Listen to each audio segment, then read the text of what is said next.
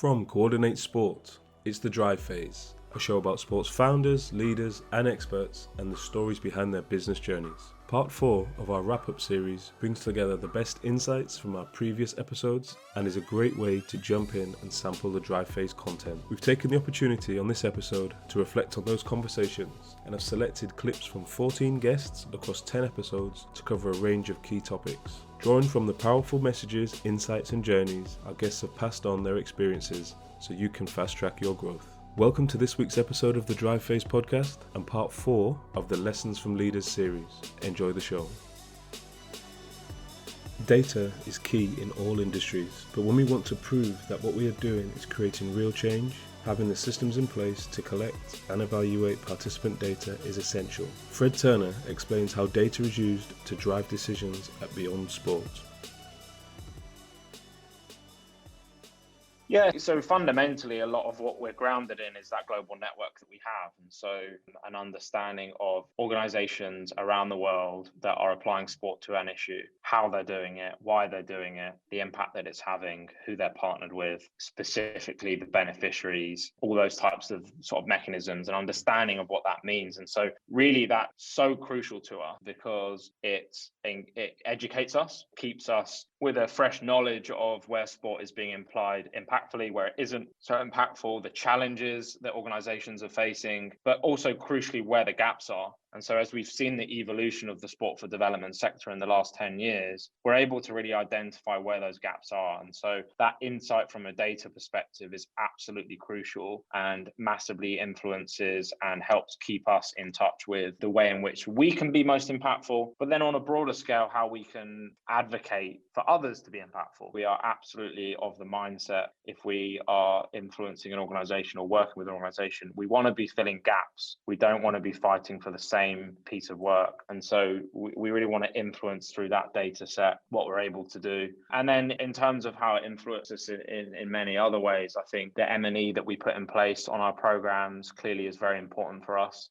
But we also do a lot of work externally to understand more broadly what research is being done in the sector and further afield what research is being done just in the sport sector, which is gravitating towards our world a bit more as we go through the last 6 months in and of itself, and really take a look at what we're seeing around consumers and the shift of consumers and various data points in that perspective to understand how we can be supportive and to bring something unique to address those challenges. And so there's a combination of how we sort of use data to influence what we're doing. And then also retrospectively, really importantly, as we look at, much to your previous point, areas of challenges after a project takes place and what that can provide us in terms of insights moving forward. And so when I look back at the Sport for Good Response Fund that we launched last year in COVID, again, that was a collaborative fund, brought in sort of 7 to 8 partners to come in from a funding and resource perspective to deliver crucial funds to 40 projects around the world, but also strategy and development around programming, fundraising,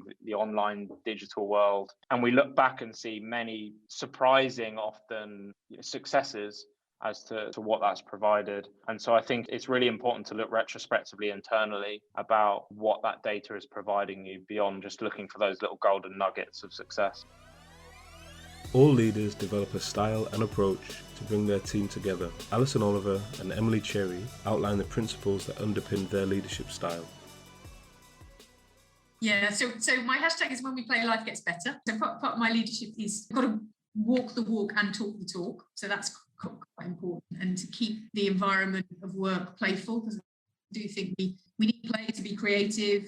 Play brings out the best in us. Play is how we learn stuff. So I kind of encourage that. But I think probably the biggest thing that I've leaned on and relied on is both what I've learned from other leaders, but also I think what's in my heart is the kind of the purpose behind the organisation. So I've always used our mission, why we exist, the moral purpose behind the Youth Sport Trust to help young people be healthier, happier, more successful individuals, and the values that we have of the organisation of trust, responsibility, integrity and partnership working. If I stay close to those things every day in the decisions I make, the relationships that we build, the way I look after the staff or work with the staff, if I keep those front and centre, I can't go too badly wrong. I think that's probably my leadership lesson, but I've learned that from watching other great leaders who are mission-led leaders. and values-based leaders.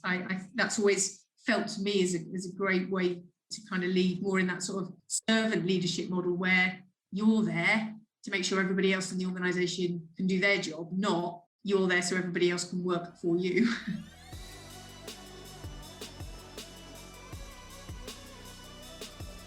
I mean, it's always been, and I would always try and aim it. I'm always trying to lead by kindness. And even when you've got to give constructive and difficult feedback to people, I'm always trying to do it with kindness and empathy in the way that that's delivered. Because, you do need to do performance management in a leadership role. You do need to make difficult decisions, but I always try and do it through the lens of kindness and being as transparent and open as I can about why decisions are taken. And then my other leadership mantra is, for me, this is not, I'm genuine about listening and engaging. I'm not always going to agree. I'm not always going to be able to implement what everyone wants me to implement, particularly when you've got thousands of people's voices that you want to listen to. But I'm absolutely open to listening and engaging. And I always say to the team, we have not got to be closed off to ideas. If we just think, well, we're doing it in the right way, actually, we might not be doing it in the right way. So let's be open to listening to that. But we do have to take decisions and then push them through. But if we can do that openly and transparently and with kindness, that's what I aim to do. Building strong partnerships and collaborating is essential for our sector and multiplies the impact of all projects. Fred Turner and Will Stone outline how partnership underpins their work. But first, Nana Badu shows how important partnership and community are in a time of crisis. Yeah, like Olivia was saying, that there was like a partner from Sky said that they're engineers because of like the sheer numbers that were calling our helpline and asking to support. We had other agencies and services calling us because we were the most easiest and seamless way of getting food without 50 million paperwork that had to fill in when someone called. So for us, one of the things I wanted to really focus on that we understood, because of my personal background and lived experiences, when a parent picks up a call to ask for food, you know what that's taking for them to do that. So me asking you your immigration status or us asking you whether you're eligible and so on was not the question. The next question we always had on the other side of the phone when you called was, what do you need? What culture are you from? And making sure that that box was filled with stuff that you liked, that you ate, and that's something that's from your community and your culture. We also made sure that, so we had a number of families who were calling because during the pandemic, there was families, people dying and people like going through stuff. And we found out we were being that number that people were calling. Parents were able to call to say that there wasn't coping. Like, it was just that there were services, but I just think how services has always treated some of the community, and hence why I think Olivia said about our funding, we push back on certain aspects or don't get involved in certain aspects. So we want to keep as open as possible to our community, know that we're not here to serve and tick a box and meet the narrative of governments or local governments or so on. We are here to serve you, the community, and make sure that you get and treated exactly how you deserve. So we had so many young people. What was amazing, so many young people just literally giving up their time and coming into shop to pack boxes, to go and deliver. We had to get the police involved because they kept stopping our young people and myself when we're delivering. So we, instead of a whole issue of like, oh, we're really sorry, like stop apologizing, come and help us pack boxes and let's deliver this together. And we're quite a proactive, kind of like forward-thinking organization. We don't like to dwell on issues. We're just like, right, what's the solution?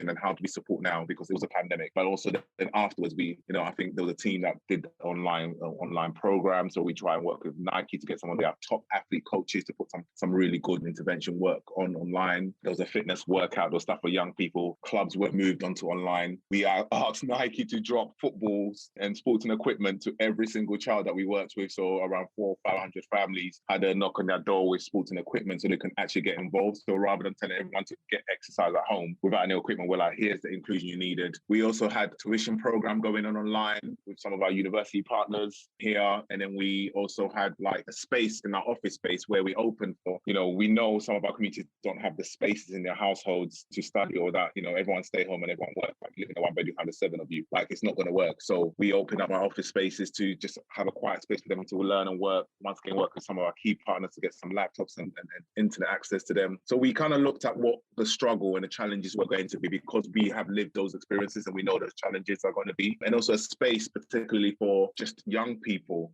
especially, who will have to go through this trauma of not having or falling behind and still getting in trouble. So during the pandemic, we learned so much more. We knew the gap, but we learned so much more about living for ourselves. And I think my team just we got quite in terms of what we also could be doing more. Why are we waiting? Because the reason why we set up in a way where we're self-funded, and yes, we're broke most of the time, but the power is that we're able to pivot and meet the narratives and the positive aspects for our community and what they need. And sports is very much still the driving force behind it. So we were able to know all these families and know us through how we treated them when it came to our sporting program. So therefore, during the time of crisis, they're happy and comfortable to pick up the phone to call us.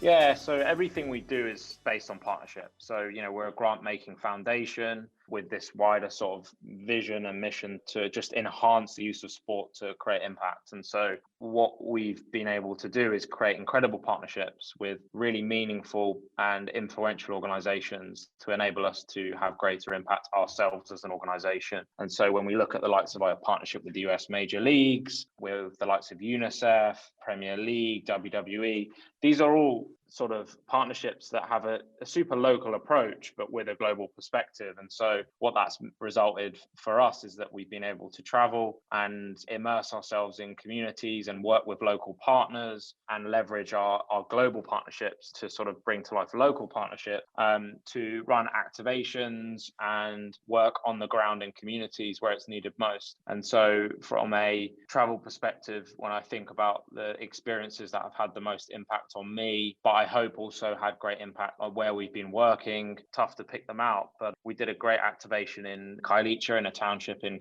just outside of Cape Town, with the Premier League ahead of their BPL tour in South Africa, which worked with an amazing project called Amanla, which is a safe hub in the township running sport for health, equity and education project. That was just an incredible activation that really brought in the local community with the wider sort of business, wider sector community to come together and to understand the impact of sport with intent, whilst obviously uplifting the work of Amanla as an organisation. So really feel like that's the beauty of Beyond Sport, which is that ability to sort of provide that leverage and education that potentially other people can't. So really sort of brings to life that sort of global perspective, global partnerships with huge influence, but really apply it appropriately locally. Definitely. And when it comes to kind of program development, ideation that we were talking earlier on, is it a case that a partner will come to you first, or do you think, right, we've got this project idea and we think this would be a great fit for the NBA or whoever, but whoever you're working with? Is that kind of the process, or is it different? If you could expand on Bit that. of both. I think I'd love to be able to say lots of people come to us, and certainly, we certainly from a partnership perspective really focus on nurturing our current partnerships and ensuring that we're providing value to them. And clearly, we're always in a changing world, but even more so in the last year and a half. And so really analysing who we are as an organisation. As we've evolved, obviously everyone's evolved in the last year and a half. There are clearly issues that are more prominent than ever before. How can we provide value to those directly and indirectly through our partnerships? And so the first priority is nurturing the partnerships we have, but also proactively developing new ones.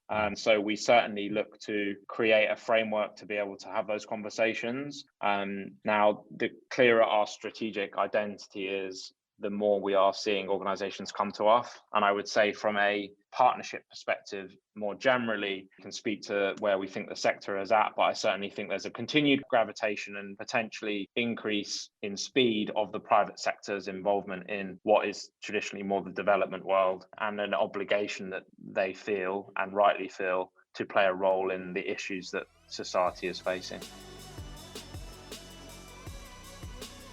I think the spark came a little bit later on. I think it was interesting to know that sport was there as an opportunity and there was that coaching element, but I don't think I ever fell in love enough with coaching to want to pursue the coaching element as a career. I think probably where the spark came was actually the following summer, 2008. Myself and a friend who I met on that program went back to the club and said we'd love to go on another placement during our summer holidays. Could we, where could we go? We'd like to go somewhere a bit different. And they ended up connecting us with a small club and a small Sport for Good program actually in Mozambique, in rural Mozambique, in a town called Manica, which is just on a sort of central Mozambique near the border of Zimbabwe. They'd never sent anyone out there before. It was kind of totally on us, but we connected with a guy called Skog van Heerden, who's been a bit of a pioneer for some of these programs in Southern Africa, I think, and still does a lot of work in this space. And he took us up there. We stayed, I think, for about 6 to 8 weeks in Manica, and that was really the first time that I'd seen sport being used as a way to create social change within a community. So the players they had I think they were a second division team in Mozambique, but the players all had to give back as part of their role. So they would run coaching sessions for local kids. This is a really small town. I'm not sure exactly what the population, but it was a fairly remote place. But they also had a computer school. They had, they were teaching English, they were teaching Portuguese, teaching IT, and the whole club, although for sport, was also a real kind of community learning centre and a way of impacting positive change within that community in Mozambique and providing opportunities for the people within that town. So that was the first time that I'd really come across Sport for Good, and it happened that program was supported by Laureus Sport for Good, and that was kind of my first understanding that there is an organisation up there that actually does this. That's their role, is to provide support for these types of programs. So that was kind of the first time that my eyes really opened to the idea that this could be something I want to pursue a bit more longer term. We're not all lucky enough to find our ideal roles. Alison Oliver and Pat Hawkins share their journeys to the Youth Sport Trust and UKCA with us.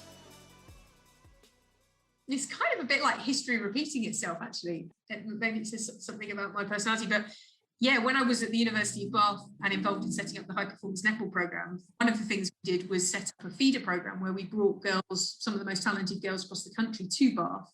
Had a partnership with a local specialist sports college at the time, Oldfield School in Bath, where the girls could come and study their A-levels at Oldfield School and be on the netball programme up at the university. And Oldfield School, as I said, was a specialist sports college, which was one of many strands of specialist schools could hold in the late 1990s, early 2000s. You could have maths colleges and languages. Science, yeah, I remember that. Yeah, and you had sports colleges. And I ended up being a governor at this specialist sports college, and they took me to the sports colleges conference in London in I think 1997. And I sat there in this very small audience at the time. There was probably only about 10 or so sports colleges, and the leader of the sports college movement was a woman called, at the time, just called Sue Campbell, now known as Baroness Sue Campbell, DBE. And she stood on the platform and she just talked from the heart about why sports colleges could pioneer a real different way of thinking about the power of sport in young people's lives, and particularly the role of sport in education and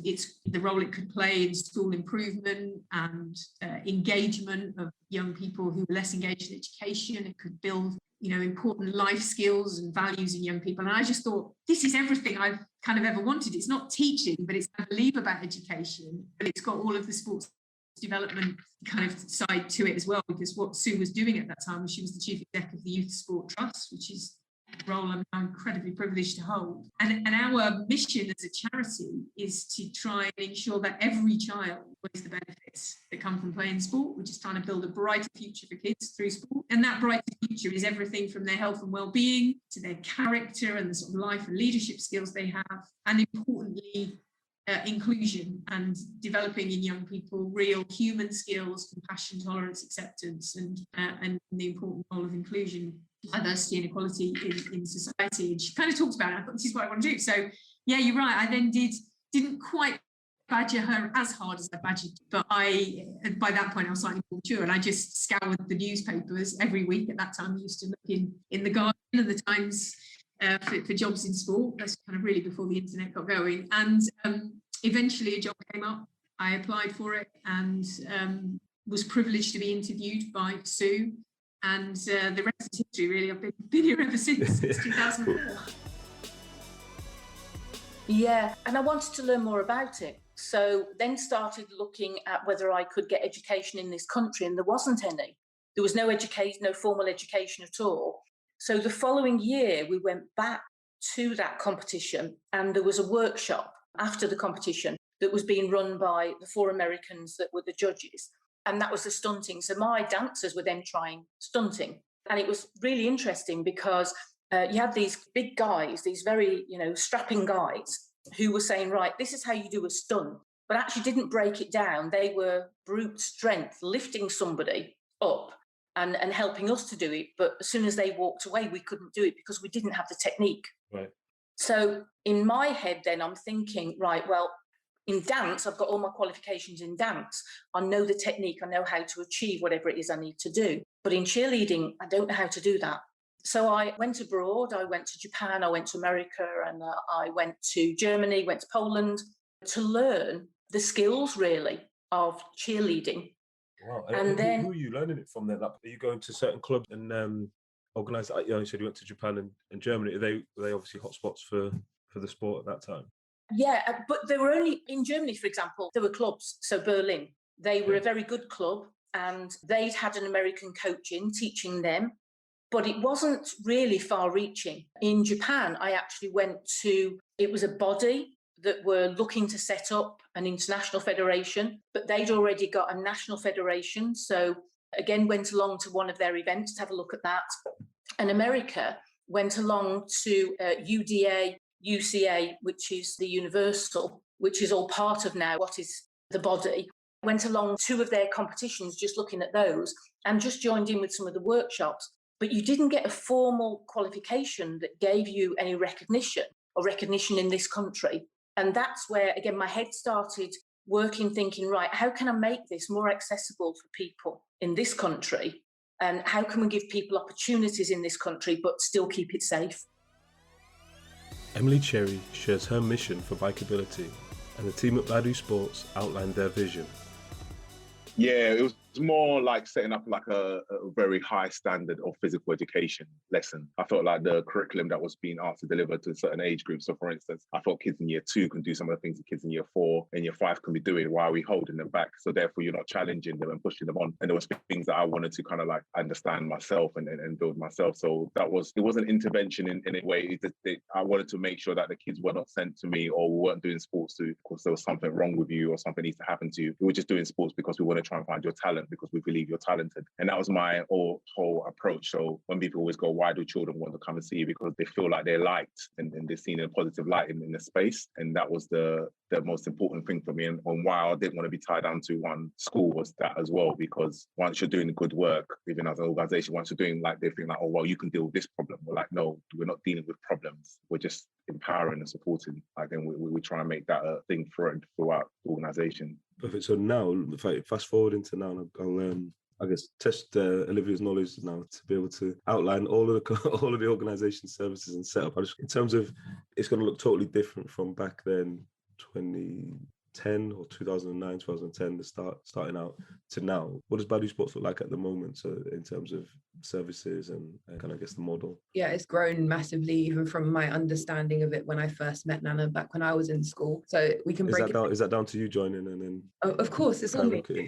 No, I won't take too much credit, but yeah, the way it's organised now is there's quite a clear structure. So we have the Badu Sports, which is like the company arm. So that's where we're employed in schools, as Nana was just saying, having the coaches in schools doing lunchtime cover, mentoring sessions, PE lessons. There's that element, but now we have a community arm, which has grown massively. That's the team that when I first joined, I was a part of. And so the community arm focuses on your after school activities. So your after school clubs, which range in different sports from netball to basketball to football. And then we do a lot of community-based activities as well, like for actually getting the community to come together. So like a walking group for women only, to kind of bring them out of their shells and get them exercising, get them functioning in the community again. We also do like seasonal events, like Black History Month is a big one for us. And we do a massive Christmas drive where we make sure families that, are on low income or don't have access are able to give presents, have like a home cooked meal over Christmas. So we do like a massive drive where we get big companies in to sponsor hampers, sponsor gifts, and like lots of key moments like that. But it's like a massive kind of,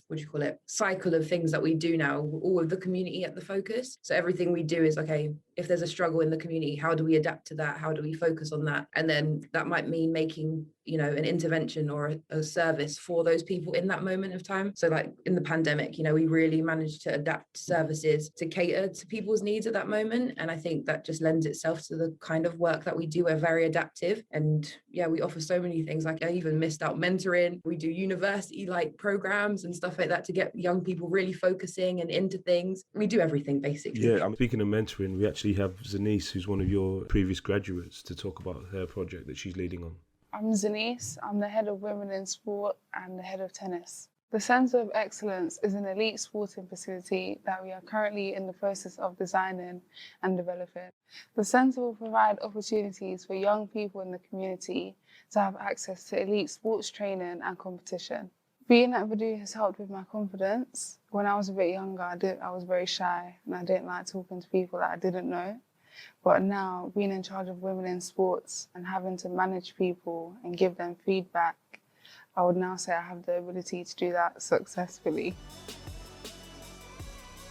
So I'm not going to stop until we get it as a statutory requirement. And I've already written to the schools minister. I wrote to Kevin Collins before he resigned as the recovery curriculum at DFE. I'm going to keep pushing the buttons. And we are certainly working much more with the Department for Education. We have been over the last year to make sure that they're backing Bikeability. So they're now sharing information direct through their teacher channels. But it needs to be a statutory requirement. That isn't just about driving behaviour change, but it's actually really making sure that we can get through the doors. One of the number one things that but instructors and training providers tell me is that if you've got a head teacher who's enthusiastic about cycling or a lead teacher, you'll get in the door really quickly. If you've got a teacher who's like, well, Ofsted don't inspect me, it's not part of the curriculum, why should we deliver this as an additional skill for our children? It's really hard to persuade that person, that head teacher, to let you in the doors, even though we're bringing the funding, the expertise and the skill to be able to do it. So if it was statutory, it would unlock the door an awful lot easier. So we're not going to let go of that one, and I'm going to keep pushing it because I strongly believe it needs to be a statutory requirement, like swimming on the curriculum. But the other thing that we need to do more of is, so you talked about cycling rates to schools. I mean, they've stayed stubbornly low. So when nearly 48% of children in the UK aged 5 to 10 own a bike, and we need to do something about the other 52% in making sure they've also got access to bikes, only 3% are cycling to school. But then when we did survey work with Sustrans for Bike to School work like week last year, 72% of parents said they want their children to cycle more to school. I think it's 87% of children agree that bikeability should be statutory on the curriculum. But the number one thing that is stopping both parents and children is safer routes to school, and it's road traffic and road danger and perception of safety. And we can do a lot of teaching them the skills on bikeability, absolutely, and we can do that. But until we've got all the best safer routes to schools, great cycling infrastructure that makes it a much more enjoyable and fun experience to cycle to school, I think we're going to see those rates continue to stay low. But that doesn't mean we shouldn't teach children to cycle safely on the road. And I fundamentally believe that Bikeability and all of our data says really clearly and confidently that children who come through the programme are more likely and are much better able to perceive road hazard and danger. So we're equipping them with the right skills, but I'd like to help cycling go up. We need that infrastructure. Leading a forward-thinking organisation doesn't come without challenges. Cynthia Mumbo, Fred Turner, Pat Hawkins and Alison Oliver outline some of the challenges they have had to overcome. I've got two: money and people. So being able to attract the right people when you don't have money is a difficult thing. So I've had to train. I had to train people over and over. Probably the right ones when you do have money as well, I guess, making sure they're joining for the right reasons as well. Yeah. So people for me are they're a big challenge, but I've come to understand that I could be a transitioner. So being able to empower others who come to us and let them grow.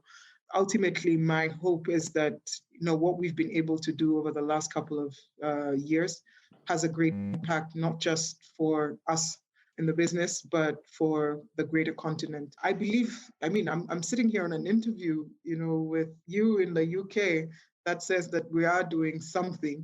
And despite our challenges, when we get our voice out there, when we get our story out there, then it does bring people back to us and they say, okay, so these are your challenges. How can we be a part of, the solution?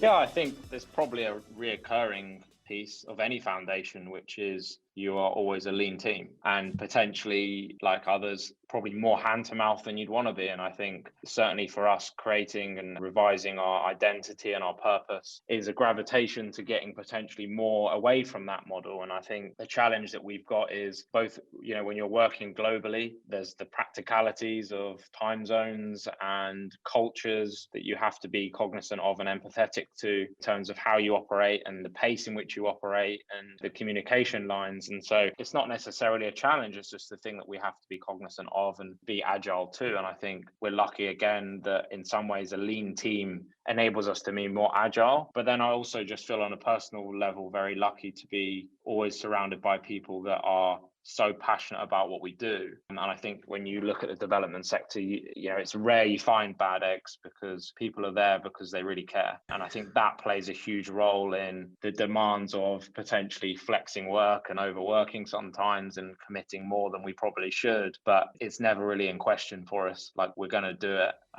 because we care. No, but at the time we didn't know it was a good fit. I mean, we always refer to British gymnastics as the Liberian tanker, very strong, steadfast, but very slow to move with speedboats. So we can react and we can move very quickly because we don't have the same kind of mechanism that they've got in place. And at the beginning, I was really excited because I thought this is really great. Worked with some of their top guys in education, looked at, I pulled together the resources with one of their guys that went into schools, the next steps, resources that went into schools. And that was really good. But on the other hand, we were running the events. They didn't support us with the events. They still wanted us as volunteers to run the activity.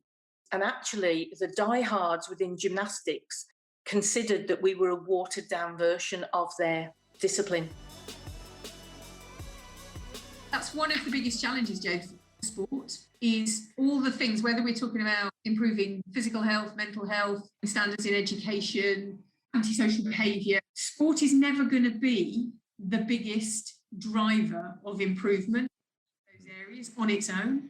So this is one of the challenges we face with sport and it getting the sort of investment that I think it deserves, because it doesn't make enough of a difference in a short period of time to any one of those things. But if you look at the long-term impact, so take the long-term impact of getting children physically literate and loving sport and motivated to be active, the long-term economic impact and health impact is huge. But sport doesn't do it quick because you're laying foundations down and behaviours and lifestyles that are later down the line. But equally, if you were able to look across all of those social outcomes, you'd see that sport actually makes a really big contribution. It doesn't, on its own, isn't enough. So that's, lots of people have said, well, nothing's happened to childhood obesity in the years since 2013, and we've had this money tipped into primary PE sport. Well, obesity is a much more complicated issue than calories in, calories out. Correct positioning is essential, especially in competitive markets. Joe Scalpello shares the USP of Stagecoach and how this is communicated with parents and across their network, while Tilly James shares the launch process from a new franchise perspective. Will Stone explains how the NFL have created the infrastructure for a team to come to the UK. Yeah, well, I mean, that was the model that was set up 30 years ago, but unfortunately, a lot of people cottoned on and have copied the model now. So it's not unique to us anymore. I think what's unique to us is we invest a lot in understanding what parents want. We've invested an awful lot in research to make sure that we're on point and that we're still, delivering the very best quality. We've got quality checks all over our business. And that's very, very important to us as well, that we are delivering the very best performing arts education that we can for young people. But I think what we believe is our USP is actually creative courage for life, that line, because that articulates so beautifully what the essence of our business is. And that goes right from the top all the way down through to the teachers, to the children. The parents buy into it, we buy into it. And if you think about it, that's all you want for your children, is for them to think creatively and have courage for life. So it's, I think it's a really strong brand essence that we've actually registered. The line is so important to us. But it is. And when people hear the line and then understand what we do and what the franchisees do as well, they just get it. They absolutely get it and recognise that that's what they want for their children. Well, we are a franchise organisation and we are in 8 countries. And the important thing for our brand is that people know that you could be in Germany or you could be in Canada or you could be in Buckingham, and they're going to get exactly the same brand experience, the same product offering, the same quality, the same delivery in in the 3 disciplines, 3 hours, etc., the same model. And so the way we lead the franchise is by saying, here are your acquisition tools, which is the campaign, whichever campaign we have at the time, and then go and bring your customers in on that campaign, because that's how we're going to talk around the world about our brand. And then we allow all of the local franchisees will embellish and amplify that marketing on a local level by reaching out to their community and engaging more openly. So sometimes they might do events at a Tesco, or they might put a poster up in a coffee shop, or they might go and do a fete at their local hospice. And so they're really the franchisees are the creative ones that go out into the community and sell their business in the community. And what we do, franchise head office organisation, is provide the tools for them to do it.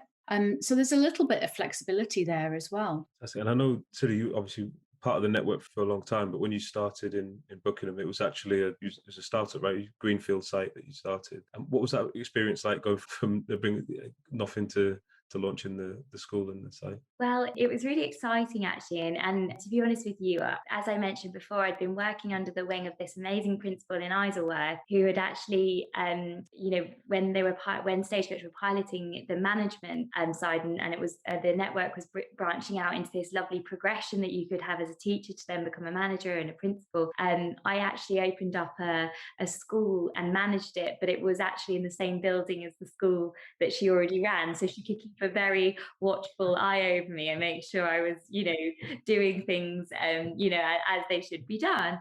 So I really, through that, kind of gained an understanding of how you build a school. And actually, I think sometimes as a teacher, I always actually make this joke that you sort of think that these students just grow on trees and they end up in your classroom and it's like, ta-da, they're here. But actually, there is an awful lot of back work and things like that you do that's amazing. And as with any business, you have to be willing to put the effort and the time in. Really fun, like Joe was saying, we've got amazing resources, and that's the beauty of starting a business and having it as a franchise and having that support net beneath you of lovely, campaigns that you can pick and choose from and really support you in your marketing. And on the other side of that, yes, you can go and find little angles to make it kind of really exciting. So Tesco's always let us do lovely promotion stands in there, and fates are another great thing, because once I had got up and running, I used to get some students down who would do a performance while I was standing there, which is really lovely. I actually found it a really enjoyable process, but it's just, and I think that's because of the network behind, building a small business is never going to be easy. But I think if you've got a lovely network beneath you and kind of giving you that element of support, it makes it even more enjoyable. Yeah, it's like a bit of a safety net. I mean, in terms of when you first started, you launched your first class in Buckingham, what were your kind of numbers like as opposed to now, if that makes sense, the growth you've had? Yeah, so I mean, it was obviously nerve-wracking when you first start. Stagecoach recommend that before you buy into the franchise, you do your due diligence on the area and just check it out for yourself. They've already done that as well, so they know that they're not sort of selling you a dud or anything like that. I was going to pick up on that. So, Joe, in terms of your market research, or you're probably doing demographic analysis, etc., exactly. Yeah. Is it that you're saying, right, these localities, these territories, we have high demand, potentially unserved, therefore this is the next one for us to launch or to try and find a principal for? Is that so? You almost not guaranteed success, but it helps, doesn't it? Yeah. Oh yeah, definitely. And so all of our countries are mapped, and then what we do is with that mapping tool we carve out territories. And in Tilly's case, we went, there's your territory, and we know it's a viable territory because we know there's X amount of families that live in there, and we know that a normal percentage of families will want to come to Stagecoach. And then we do our homework that way. But also what Tilly's talking about is understanding where to market and how to speak to people. And the information that we provide the incumbent is around, we know this is the area where the high value customers live, and this is where the mid value customers are living. We know that they're quite aspirational, and this is how to get in touch with them from a media perspective and a tools perspective as well. If you're going to do a door drops, it's these postcodes. This is how to do your digital marketing with those postcodes. So it's quite in depth, and you obviously get that upon signing. But we would sell a viable territory to especially a greenfield. All the others tend to be proven because they're already going and established. But one of the challenges that Tilly would have had with a greenfield is, whilst we have amazing brand recognition across the UK, I think it's about 82% of families that we talk to recognise our brand, which is amazing. If you haven't been in a particular territory, then it's harder to get the brand awareness going. So we always ask for, when you're going into a greenfield, that there's an increased contribution to marketing to get that going in your local area. You will obviously benefit from that national halo effect, but you need to get it going in your local area. And that's why we say to them, go and do your homework about where you can market and how you will market, and make your community links, because that community outreach is essential. Yeah, and I guess that social media is key as well. And you've got that kind of social media flywheel, especially businesses like Stagecoach, just producing content all the time, great stuff to share, performances and parent engagement. So it should... One of the things that Tilly mentioned about performance, and I don't think I've really laboured on it enough, is one of the things you can teach and you can teach and you can teach, but the way that a lot of our students consolidate everything they've learned is by performing, and that in itself is what brings the courage, and we raise the expectations about how they will stand on stage and perform, because there's a difference in knowing your lines and actually performing your lines, and there's a difference in performing your lines to your friends in a safe environment than to going out and doing it to people you've never met before. And that's where the courage comes, that's where the conviction comes from. And so with Tilly, who's offering all of her students as many different performance opportunities as possible, that's the icing on the cake, because that's where people really get to feel the adrenaline of stepping up and performing and shining in their own right. And that's key. That's what parents pay for. They want that proud moment, and believe me, they get it an awful lot, whether it's at a fete, in a theatre, in their school, on social media. Just seeing your child being courageous is immense for all of our parents. Yeah, I mean, I don't know. I think one of the reasons we're here is that to make the UK market a franchise-ready market in case a team did want to come over here. I mean, I think we've got a lot of the things in place. If an owner wanted to bring a team here, we have a stadium now with Spurs, which is state of the art and world class. We have commercial partners. We have a Sky Sports NFL channel now that runs through the season. We have ticketing and all that sort of structure is in place, and now we have all this community work that's in place as well. So I guess we're franchise ready, but it would be up to an individual owner to decide whether they wanted to move a team over here. But our main target is growing the sport and having more people showcasing the excitement and the thrills of it, and hopefully through this work engaging a lot of young people who we believe that we can impact through the sport and our initiatives. Definitely. So any billionaires listening, they know that we've already packaged it up for them. In terms of the outreach initiatives, it'd be good to kind of drill down a little bit into that. So I know the NFL Academy is a big driver for you at the moment. So I guess it'd be good to hear you maybe just expand a little bit on that and what the Academy is all about. Yeah, sure. So I guess the easiest comparison to the academy is it sort of replicates the high school American football program in the US. So it's based at Barnet and Southgate College, which is a further education college in North London. We have 85 young men at the moment only, but the hope is to open that up more widely in the future, who have shown talent either in American football or in other sports or just general athleticism. And those young people those 85 are taking part in a kind of full-time kind of academy setting. But what's, I guess, different to your kind of rugby or maybe Premier League academies is just a key part of the sport, I guess, is if you want to progress as an athlete in American football, you need to have your academics in the right place. You need to have a strong kind of academic level to be able to be accepted into university. So that is a real incentive of it. So the students do 3 practices a week. They do strength and conditioning. We have a gym on site at the school as well, which is actually the gym that the teams use when they, or the equipment, the equipment that the teams use when they come over for the game. So it's really high quality stuff. So they're doing that, but at the same time they're doing their A levels or BTECs or whatever kind of qualification that they want to do. If they don't turn up to class, they don't practice. If they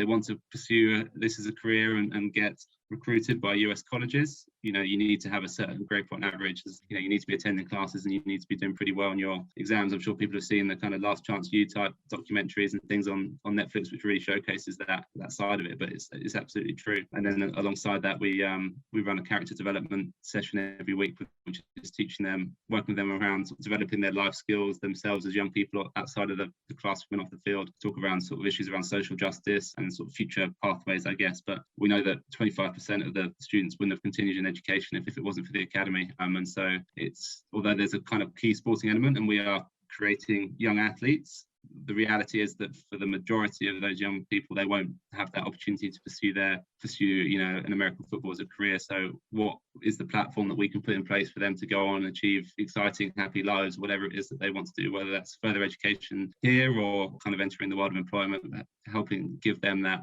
platform to really take ownership of their futures and come out of it having had an amazing experience and be really excited about their future prospects. In episode 32, we hosted a roundtable discussion on the Holiday Activity and Food Programme with Jade Harris, Jane Ashworth and Dr. Greta De Feta.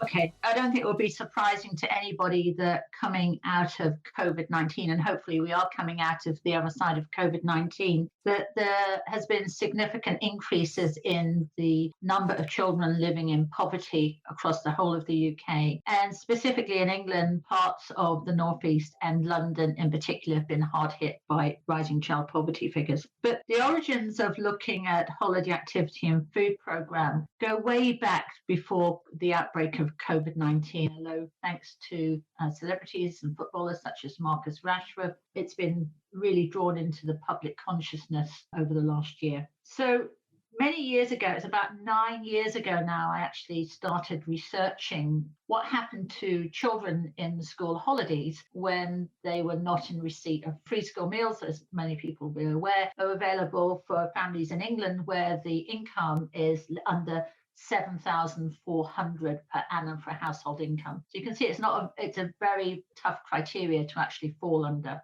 But so we were interested in the fact that during the school term, they have a hot meal provided that meets nutritional standards, as in school food standards. And what happens during the other weeks of the year, so not the 39 weeks when they're in school, but the weeks when they're in holiday, what happens to these children, both in terms of their diet and potential food insecurity, but also in terms of other factors as well. So opportunities to access cultural amenities in their community, such as theatres, drama groups, swimming pools, looking at the opportunity for children to engage in physical activity, to socialise with other friends, all things that probably most of us take for granted. But if you're living in poverty, whilst they may appear free, often come with a cost. So some of our early research looked at cultural visits, for example, to the local park. And everyone would say, well, that's free, but it's not free if you have to pay for the bus to get to the park, if there's no park close to you. And also there's cultural expectations. So tester power in terms of nagging about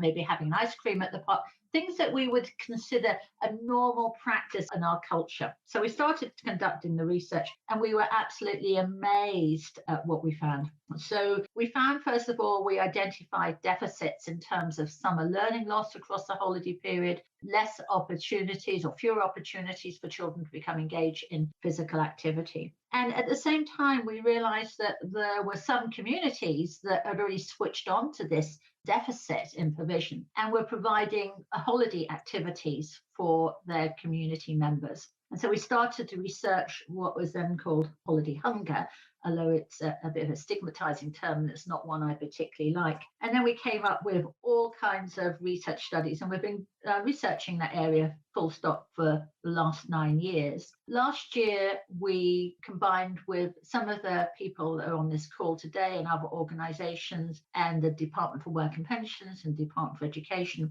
who'd already been running over the prior 3 years some pilot programmes looking at a nationwide, in terms of England only, a holiday provision. So this is looking at holiday activities and food that was funded from the Department for Education. And we all came together down in Westminster last March and developed a framework for the rollout of HAF across the whole of England. And I was delighted that the DFE decided to back the scheme. It's a really good programme.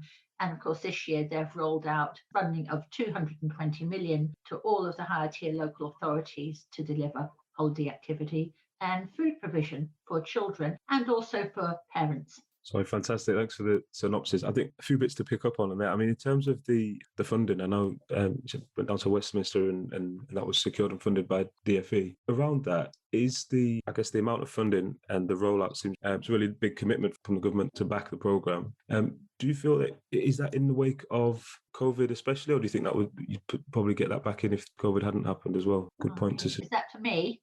Just open to the floor. Yeah, I mean, yeah, Jane potentially might have an insight on that one. The conversation about this work started long before COVID. If you go back to the 70s, you'll find that local authorities were running activity programs for their youngsters, for their most disadvantaged youngsters, during the summer holidays, and probably before then too. The inclusion of food in the summer provision is pretty new, although it's not entirely new. Other local authorities have done that in the past. And certainly many community groups have done that in the past. But it's only in the last few years, as Greta said, that this has become an established policy issue. COVID has made it clearer because the number of people who endure food insecurity has probably about doubled during the COVID period. But it's not only the food issue. I think what COVID has drawn to people's attention is that youngsters who are isolated in their home and who do not have stimulating things to do are particularly at risk of being fed up, being miserable, all the way along the spectrum to suffering sometimes quite profound anxiety and other forms of stress. So I think COVID has probably cemented the issue of children's wellbeing on the agenda. And I think this holiday activities issue is part of that, as well as part of the anti-poverty thinking in the country, issues about what's fair and what isn't coming to the front. So I don't think you can say it's one thing or the other thing, but I think you can say it's a cocktail. And in terms of the pilots, it was quite an extensive pilot, multi-year pilot, various different locations. I know, Jade, you were involved, I guess, on the ground there. I mean, from a provider's point of view as well as delivery partner.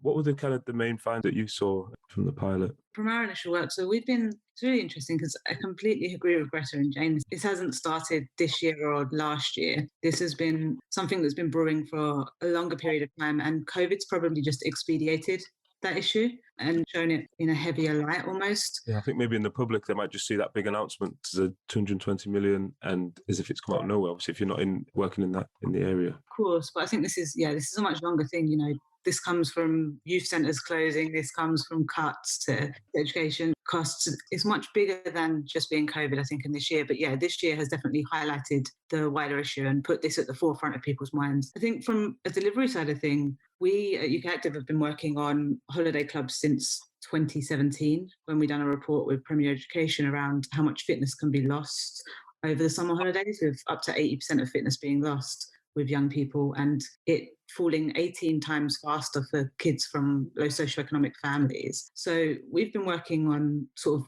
schools as community hubs work, is what we've called it in the last few years, since 2017. And that started to sort of work with Sainsbury's and now moving on to work with sort of Nike, Open Doors, HAF. You know, what we've seen from our delivery and the work we've done is that works best is working with local people. There's no need to bus people in. There's more than enough delivery organisations locally to work with. And young people are both brilliant and brutal at the same time, which is why I love working with them so much, because they'll give you their opinion straight no matter what, you know, and they'll call you out on it if that person doesn't fit, or they're not from their local area, or they're not someone they would hang around with or want to work with. One of the key things I think we've found with our delivery is make it local and make sure the kids lead it, the young people lead it.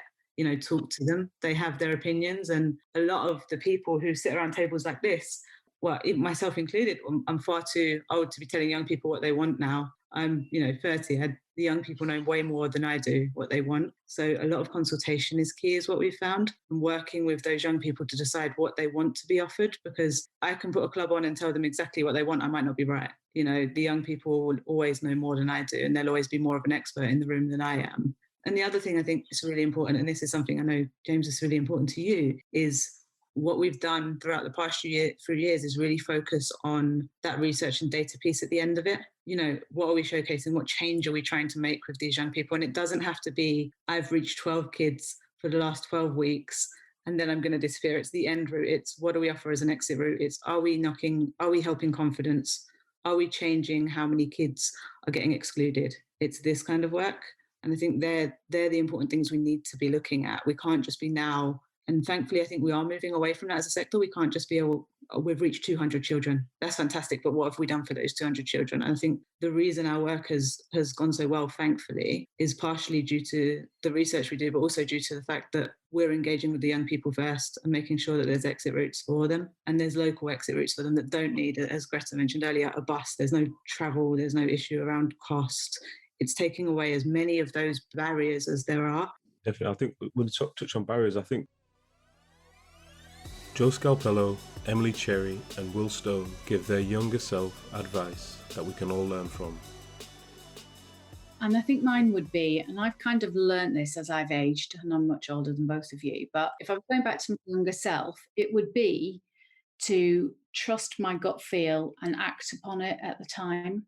Because I think sometimes that comes with maturity, but actually I wish I'd just got on with that a lot younger. I definitely do. Now I speak as I think, and things get done a lot quicker. And that would be my advice to all women in business, especially up and coming women in business, to be honest. Oh, now that's an interesting question. Yeah, I like it when I get asked a question I was not expecting at all whatsoever. Thank you. Apologies. No, this is a good way to end it. I think I would have told myself, you need to surround yourself with mentors and friends and advisors who don't always think like you, could have completely counter and opposite views to you, but that you can have a conversation that challenges you and gets you to think in a different way. But you need to surround yourself with some really trusted people that can help you through some of those sticky moments when you haven't got that self-belief. And we can all, at a leadership level, you can all sometimes suffer with imposter syndrome, right? That's when you need people who you can kind of go to, who will bring you up, but also really challenge you. And I'm really grateful that I've got a few of those people in my life.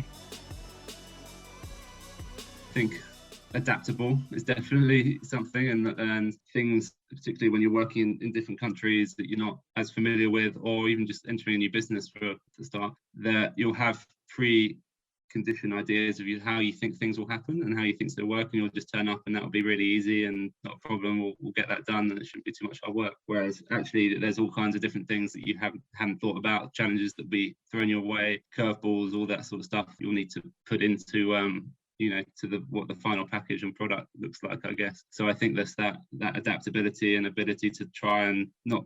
I like Sean Fitzpatrick and the All Blacks.